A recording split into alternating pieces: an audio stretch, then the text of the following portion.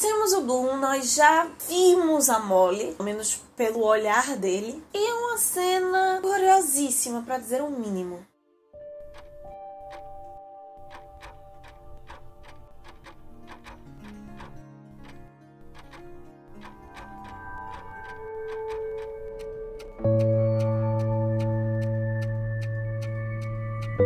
O que temos para hoje, Sanchos e Dulcineias? Eu sou a Larissa Bertolino, você está no canal Uma Garota Quixotesca, onde nós tratamos de literatura partindo do Dom Quixote. Um desses motivos, uma dessas escolhas é a nossa jornada de leitura conjunta de Ulisses, do James Joyce, esse ano celebrando ano auge do modernismo, 1922, e escolhemos essa obra para encerrar as nossas jornadas desse ano. Especificamente essa semana nós começamos a segunda parte, lendo os capítulos 4 e 5, Calypso e Lotófagos, e a partir então das próximas semanas nós vamos ficar lendo um capítulo por semana apenas, não vai ter mais nenhum acúmulo de sessão. Esse vídeo tá saindo sim um pouco atrasado, e na semana passada eu nem expliquei muito no Instagram, faltou vídeo na quarta, faltou vídeo na sexta. Foi uma semana muito complicada pra mim, muito difícil de processar. Aconteceram algumas coisas que eu estava totalmente sem energia, sem disposição emocional inclusive pra gravar, e aí não faria sentido eu gravar simplesmente por gravar, não ia render, tá? Então achei melhor esperar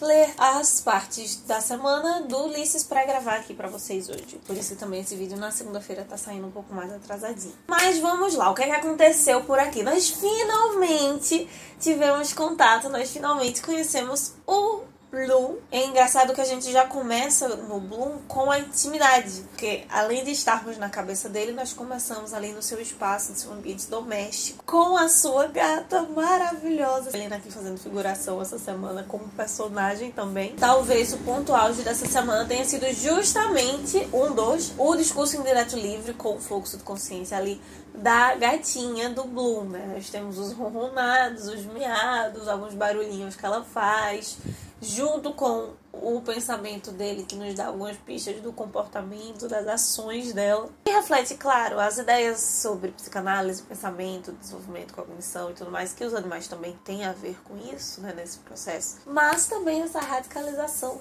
na literatura, pelo fato da gata ser uma gata. Não é a primeira vez que bichos aparecem na literatura, mas não nessa dimensão de pensamento, né? Pelo menos do que eu me lembro, isso vai vir exatamente com o modernismo.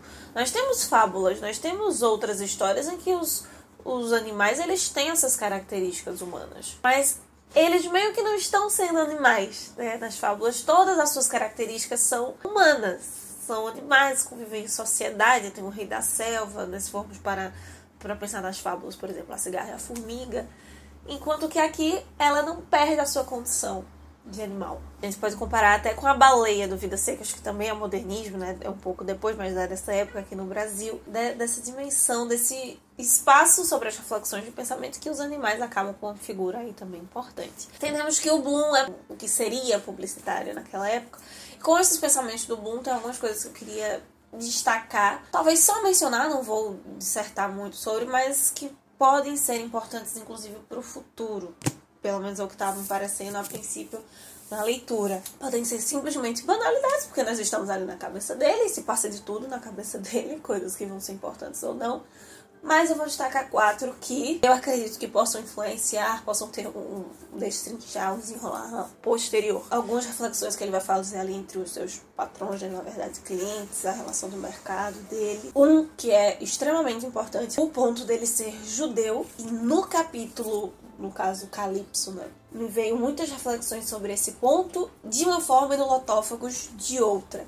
O Bloom, ele é judeu. No Calypso, ele é um pouco mais sutil com as questões da vida do Bloom, as crises talvez que possam desenvolver por causa disso naquele momento, enquanto que o Lotófagos é mais direto. O Bloom, ele tá ali comendo, né, e quer comer um corte específico de carne, ele vai comprar comida fora, enquanto a mulher ainda tá dormindo. O Joyce solta ali a palavra kasher, característica específica de um determinado grupo dentro do judaísmo, que nesse ponto aqui no Bloom não é só um traço da religião dele, mas tem muito a dizer sobre a personalidade dele, como ele enxerga a vida, como ele enxerga ele mesmo, as regras, ou como isso está se desenvolvendo. É um jogo na forma como ele vai pensando, inclusive as banalidades dessa descrição. Tirando essa parte, as outras referências bíblicas, digamos assim, na verdade são referências católicas, ou de tradição exclusivamente católica, ou do Novo Testamento apenas. Primeiro capítulo do livro nós tínhamos muito do Velho, agora foi muito do Novo Testamento. Tratar da missa, da hóstia, de São Jorge. Porque é interessante como ele vai trabalhando isso e toda a sutileza. Parece que essas coisas não se convergem, mas na verdade reflete uma espécie, talvez, minha leitura, de um deslocamento do Bloom, que se relaciona depois com a palavra que ele vai inserir, metempsicose, que é a transmigração da alma, a troca de alma entre os corpos. Tem a reflexão que ele vai fazer da hóstia, né, da transfiguração do corpo de Cristo. Mas isso vai para além de uma questão mística, ele tem passagens bem místicas, em Calypso especialmente, mas como reflexo desse indivíduo em conflito, desse indivíduo fazendo esse exame cerrado de si mesmo, que não se enquadra, pertence muito fortemente, se vê assim, em determinadas caixas, mas ainda assim essas caixas não conseguem dimensionar toda a sua plenitude enquanto subjetividade, enquanto indivíduo. Nessa interpsicose, né, quando ele meio que vai mudando de cada corpo, de cada função que ele tem ao longo da vida, foram demonstrados alguns detalhes que eu não sei se ficaram muito diretos ou eu entendi errado.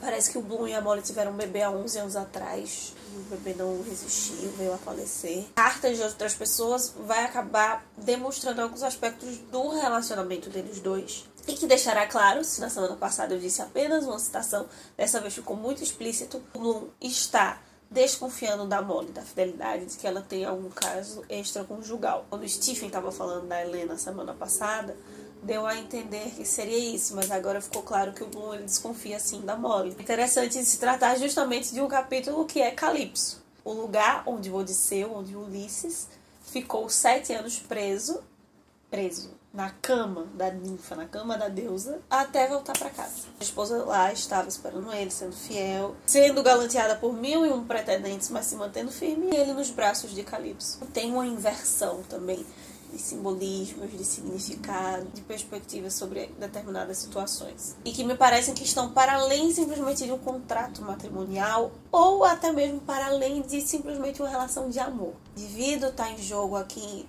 por outros modos. Eu não consiga explicitar necessariamente quais, mas tá. Lotófagos. Quando eu tava lendo, na metade eu voltei pra tabela do Gilbert pra saber qual era a técnica. E a técnica é simplesmente narcisismo. Antes estava mais claro, né? Texto de catecismo, no monólogo interior, mas o que seria o narcisismo? Como o narcisismo aqui entra como uma técnica? Ainda mais se tratando do Bloom, porque aparentemente, pra mim, o Dédalus com certeza é o narcisista e o Bloom não. Ele pode ter um traço ou outro, mas o Bloom não é narcisista. Então, por que a técnica de narcisismo, independente de como ela é produzida, mas pensando no termo, né? Porque ela foi escolhida para tratar do Bloom e não do Stephen Dédalus. Por isso que eu, inclusive, achei Lotófagos um pouco mais difícil do que Calypso. Entendendo o que é Lotófagos, que é uma referência, obviamente, também da Odisseia, a quem possuía a flor de lótus. Essa flor de lótus ela tinha o poder de levar a inércia. E é interessante pensar nessa inércia porque o Bloom, ele parece estar nessa inércia. Ele tá perambulando pela cidade, né? Já no Lotófagos ele já sai de casa e tá pensando ali o tempo todo. Aparentemente ele tá só andando, a cabeça dele não para de trabalhar, ao mesmo tempo que nos parece que esses pensamentos não estão chegando em algum lugar, então estariam em inércia, em aparente movimento, mas não. Na página 187, inclusive, o Joyce é bem explícito, andando por aí. Antes ele até tá descrevendo que ele saiu, mas não tem mais rumo, não tem mais objetivo, ele precisava sair, estava saindo, estava andando por andar. Por mais que pro romance você precise justificar pra escrever e tal, e dar detalhes, não tem um pragmatismo nisso. Ele repete uma expressão que a gente viu lá na primeira semana também, da carne do Egito, no sentido de estar reclamando ideia de querer voltar ao passado, mesmo o passado não sendo bom, e querendo voltar para isso porque era mais confortável, era mais cômodo. Novamente, influências aí da psicanálise na literatura modernista, talvez pra gente entender um pouquinho dessa inércia ou desses pensamentos aparentemente loucos do Bloom. Eu acho o Bloom menos caótico que o Stephen Dedalus. Aquele episódio do Stephen Dedalus semana passada na praia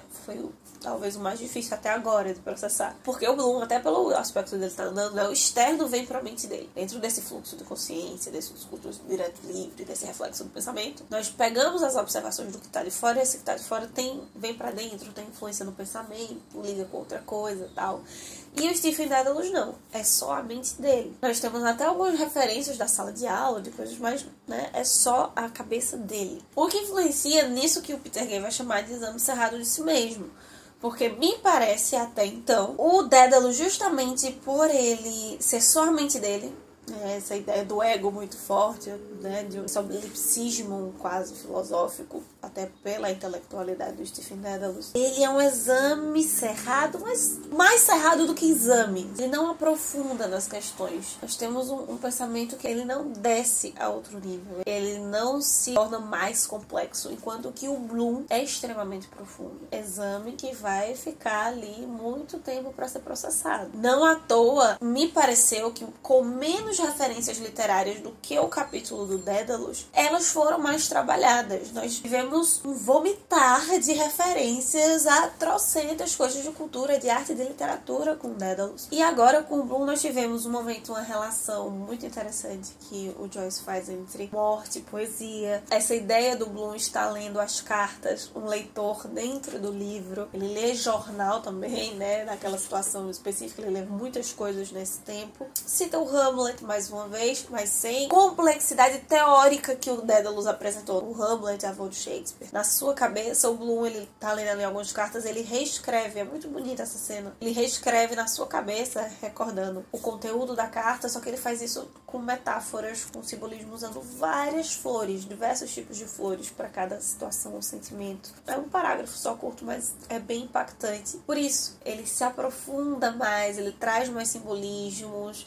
ele não fica vomitando referências, ele vai sendo mais pragmático, não no sentido de funcionalidade, mas de absorver essa literatura, né? De senti-la, de vivenciá-la. O texto em si, né, se tratando do jornal. Até nesse comparativo, me parece que o Bloom ele é bem mais místico do que o Dedalus. Apesar de poder usar esse termo assim, místico pro lado das artes, né, mas o Dedalus ele é um teórico, ele é um intelectual. E o Bloom, por se trabalhar de arte, talvez por ser publicitário, não sei, quando ele vai ter ali algumas reflexões sobre Buda, várias referências ao catolicismo, tem esse momento do judaísmo que é pesado para ele, por se ver como judeu dentro da Europa do início do século XX que se passava. Todas essas reflexões vão falar sobre o caráter de Deus. Tem muita ideia de qual a imagem de Deus aqui, mimes e talvez com correlação com a arte, mas esse aspecto místico que se desenvolve mais nas religiões, não essa religião que adora um Deus, não essa religião que adora a arte. E que, inclusive, ambas podem, na verdade, estar promovendo um culto a mim mesmo, volto à ideia do ego, mesmo eu achando que estou adorando ou que estou reverenciando esse outro. Então é isso, meus queridos cavaleiros andantes. Esses são os nossos comentários sobre os 2 capítulos dessa semana. Me conta aqui embaixo o que é que você achou, se você realmente achou um pouco mais complicado o Calypso, se você achou o Lotóficos mais complicado, se foi melhor a leitura da semana passada, quais foram as ideias que você pegou. Nos vemos quarta-feira, se tudo caminhar bem, tranquilamente, para tratar de modernismo, de Semana de Arte Moderna, de Centenário de 1922. A partir das próximas semanas, nós vamos ler apenas um capítulo por vez. Vamos ler o Hades daqui, que possamos sair da biblioteca e ver muito além dos moinhos de vento. Valeu!